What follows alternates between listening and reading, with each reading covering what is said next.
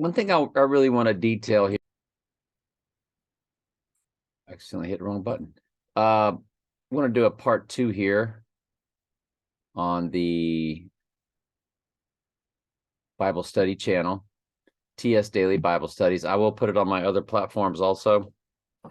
And I want to really detail the Antichrist because I was moving so quickly. None of it's prepared. I sit down and do this off the cuff. So I miss things, but that's okay. That means you get to go back and reteach. And so you have part 1s, part 2s, part 3s. And I think all we need for this one, now that we're slowing it down and condensing it down, is Revelation 6 and 13. Revelation 13, the 666 chapter, and Revelation 6, which is the crowning event, or what is known as the 4 horses. What's going to happen when the Antichrist takes his deadly wound from Zechariah 11:17? And make sure you've watched part 1. It will all be on a playlist. It will be on a playlist. At TS Daily Bible Studies, we click playlist, and it says End Times Deep Study Series Playlist. It's got 1 on there right now. This will be number 2. And so make sure that, so Jesus opens the seals. We cannot see that. And John said, and I heard as if it were a noise of thunder, and one of the 4 beasts saying, come and see. So John was taken off into the spirit and showed what will take place at the end times. And I saw, behold, a white horse, and he that sat on him had a bow, and a crown was given unto him. He does not earn it. He does not really rise from the dead. It's a staged, faked event. Then it says he went forth conquering and to conquer. And I scurried through this, but what he does after he rises from the bottomless pit and he goes into perdition, he doesn't start just killing sheep. He starts killing life on the whole earth, 1/4 of the earth. Goats are going to be slaughtered. Sheep are going to be slaughtered. But of course, it can only be found sheep. So any lost sheep, lost sheep will start to be getting called. And I never really realized this until now, but lost sheep will start getting the call once the Antichrist takes on his deadly wound. And just like in the movie, the final Star Wars, Palpatine was thought to be dead, but he was running the Empire from behind the scenes. They said, this cannot be. He was dead. They said, no, cloning, dark science, secrets only the Siths knew. They cloned a sheep in 1995, giving the, making fun of the sheep, basically, that they cloned a sheep. Cloning's been around way longer, and it hasn't just been sheep, I would suspect. Just like the computer's been around longer than they tell you, electricity's been around longer than they tell you, the computer's been around longer than they tell you. So, but the white horse is the death and subsequent rising on the 3rd day. They put out a movie called The Dark Knight, and then The Dark Knight Rises came out on the 3rd day or 2 days later. As if to say, rising on the 3rd day. And he literally climbed up out of a pit, the Christian Bale, because Batman is Mystery Babylon's Antichrist, told in a comic book series. And of course, we've shown you the pictures with Trump posing with Christian Bale during the filming of The Dark Knight Rises and all of that, and that they used Trump Tower in the filming of it and all that. But we're not going to get into this. This isn't like a Trump Antichrist. I've got other playlists that get into that. But so he is going to rise on the 3rd day and go into perdition. And he will then be running World War III. Remember the Bible verse, who can make war with the beast? Who can make war with the beast? Bible verse. It's 13:4. Okay. So we'll be covering it right here in 13. I couldn't remember where it was. Who is like unto the beast? Who is able to make war with him? So let's highlight it. Yeah. So he's going to take a deadly wound to the right eye, like we showed you in part 1, Zechariah 11:17, and his deadly wound was healed. All the world will see that his deadly wound is healed, but when? Folks, not until after 2 billion have been killed on this earth. You go through the war, the red horse, then the famine, the black horse, and then death to 1/4 of the earth, which is the pale horse. And then from Revelation 6:8 to 6:9, you go from World War III all the way past the Abomination of Desolation. You're into the Great Tribulation. And what I tell people is that the book of Revelation is not exactly in order, chapter after chapter after chapter. It is the same story being told over and over and over. At the beginning, you have the beginning. At the end, you have the end. But in between, it's the end and the beginning in layers. Judgment is throughout it. The Antichrist is throughout it. And it so on and so forth. It's just throughout it. The Antichrist is in and out and in and out. Judgment is told in and out. And it's told in different ways in different chapters, you get kind of another angle. You get more of a magnified read of what's taking place. So right here, you didn't even get the Abomination of Desolation is not in chapter 6. The Antichrist per se, other than the white horse, but it's it's not told that it's the beast or the Antichrist or any of that. That's told in verse 2, not told the rest of the way through.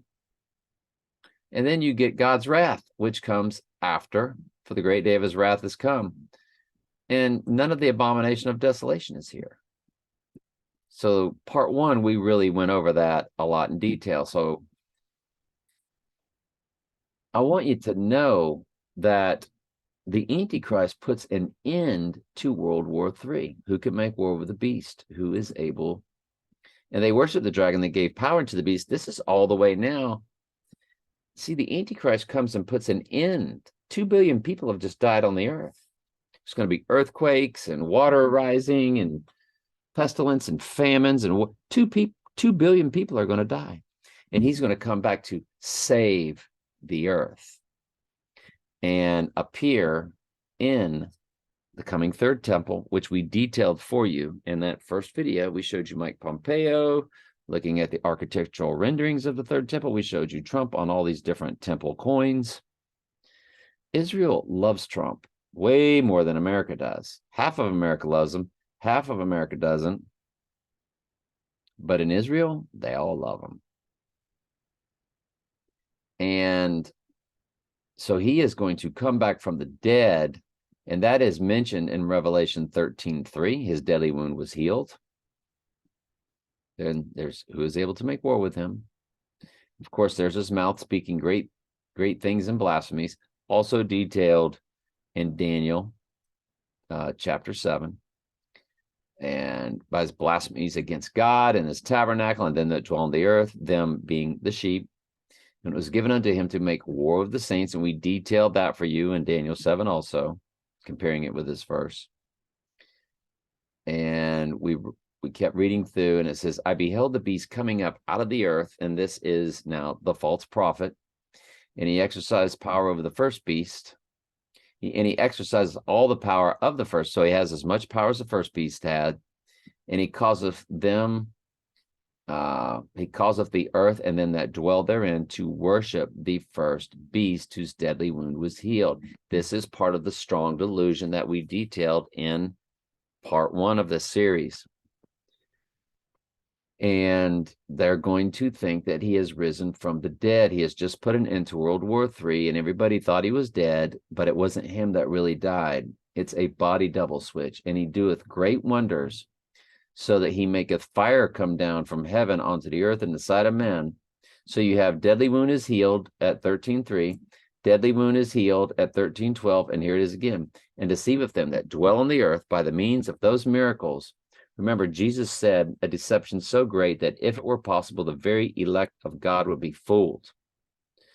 And in 2 Thessalonians 2:9 and 2:11, it talked about the supernatural lying signs and wonders, or all lying signs and wonders. It's going to be extremely supernatural. And deceiveth them that dwell on the earth by means of these miracles which he had power to do in the sight of the beast, saying to them that dwell on the earth that they should make an image to the beast, which had a wound by the sword and did live, because he has seemingly risen from the dead. And so those that don't worship the image of the beast, of course, will be killed.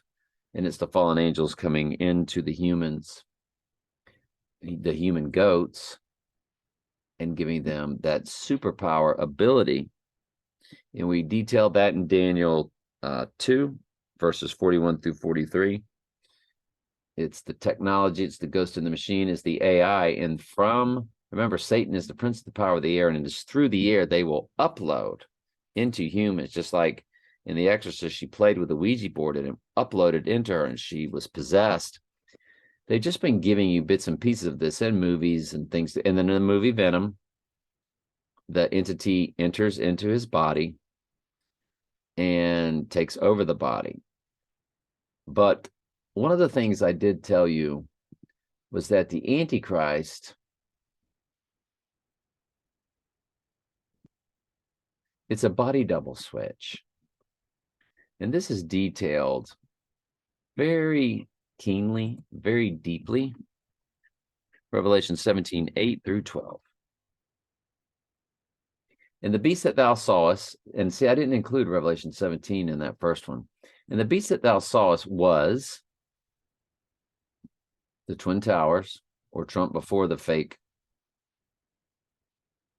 event, to his right eye, and is not, whoop, the Twin Towers are down, the Twin Trumps are down, whoops, Trump is down, and he shall ascendeth out of the bottomless pit, which is straight out of Revelation 11:7 that we showed you earlier, and go into perdition, doing what? Running World War III. See, I left all of this off, so I really wanted to come in and detail this. And they that dwell on the earth shall wonder. Who's that? Whose names were not written in the book of life from the foundation of the world. All goats, their names were not written in the book of life from the very foundation of the earth.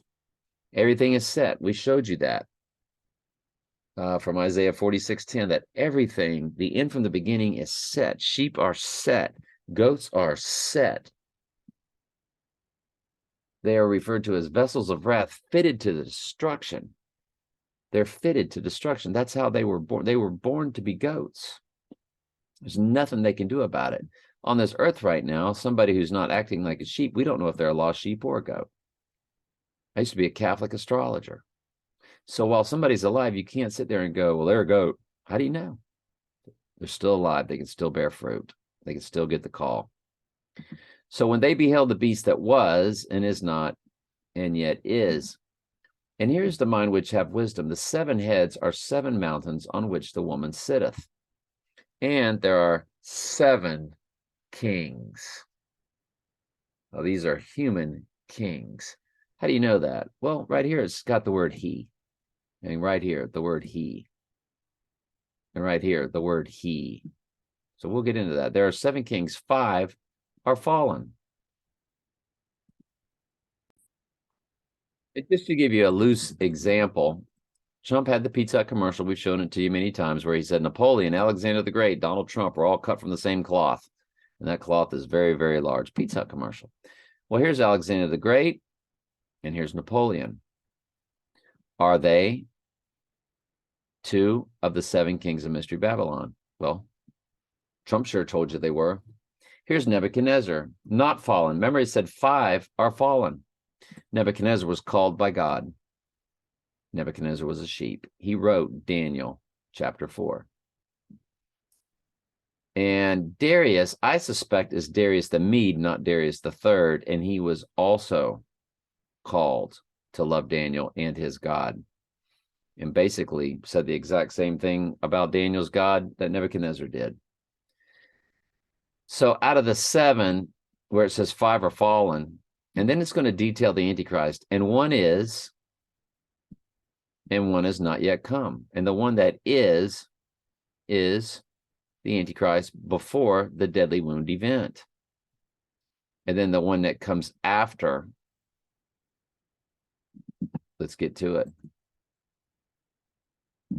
There are 7 kings, 5 of the 7 or 5 of 6 are fallen. If it's 5 of 6, then one of those is not Darius the Mede.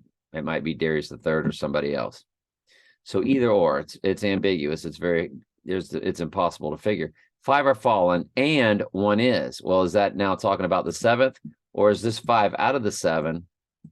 But now they're going to pinpoint one that is the Antichrist, and one is and the other is not yet come. And see, that's the Antichrist on the return, seemingly from the dead. And when he cometh, he must continue a short space. It's going to be a very short space, because Jesus must cut those days short, or no flesh would be saved. They will kill sheep so rapidly on this earth. Revelation 11 tells you that it's 3.5 days. Not to when Jesus returns, because nobody knows the hour of the day, but when they put a stop to the Great Tribulation, when God puts a stop to the Great Tribulation. He said he must continue a short space. And the beast that was, twin trumps, or trump before the deadly wound event, and is not, twin trumps are down, whoops, deadly wound, man down. Even he is the 8th, and is of the 7, because it's a body double switch. The 8th is the 7th, and the 7th is the 8th, and goeth into perdition, running World War III. And then after World War III, who can make war with the beast? He will have put an end to the war. He will put himself on the stage. Everybody will go, oh my goodness, Trump is alive. He's come back from the dead, and he's been running World War. He has won. He has ended World War III. And the 10 horns which thou sawest are 10 kings, which have received no kingdom as of yet, but receive power as kings 1 hour with the beast. Anyway, that's it. I just wanted to pinpoint that for you. This will be part 2 that we will put on all 4 platforms. Love y'all. Ask questions in the comments.